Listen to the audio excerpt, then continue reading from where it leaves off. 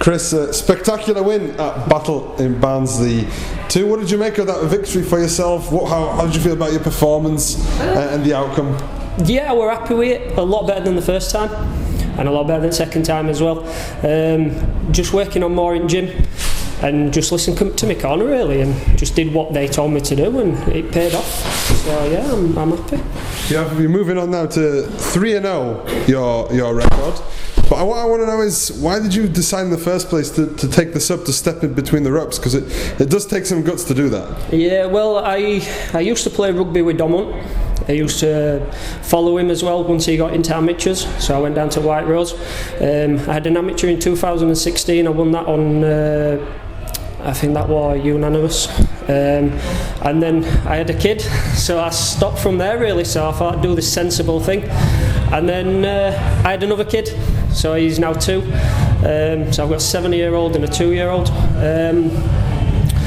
My little boy was getting bullied at school, so I found out closest boxing club, and it was Trinity. So I went down to Trinity with my eldest Jasper. He's 7 now, and it just went from there really.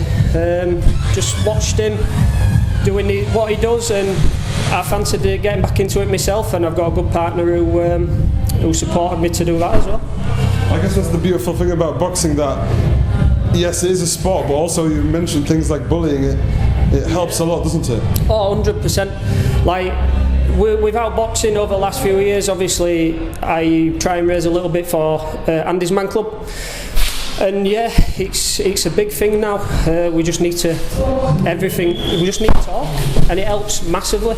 You know, I'd like to say obviously I won't be stood here today without boxing, but my little kids are part of it as well. So it is what it is, and we do what we do.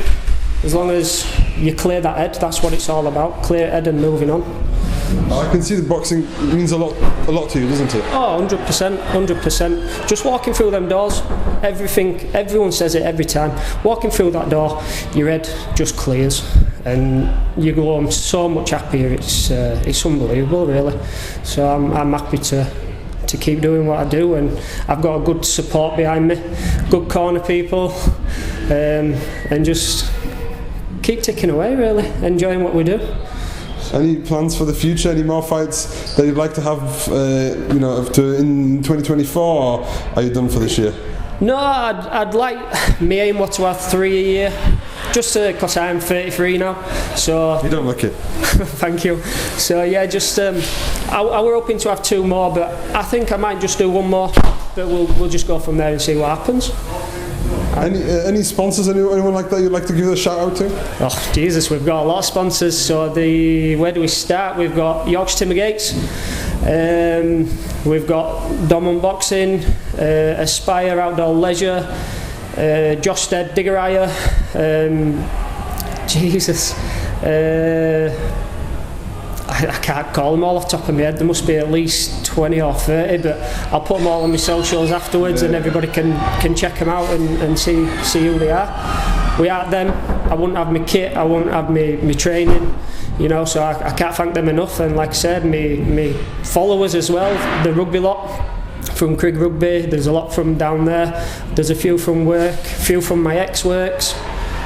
Not my ex, but where I used to work and stuff like that. So yeah, it's just, you got to thank all them. Everything's for them, and that 1%'s for myself. You've always got to make time for yourself.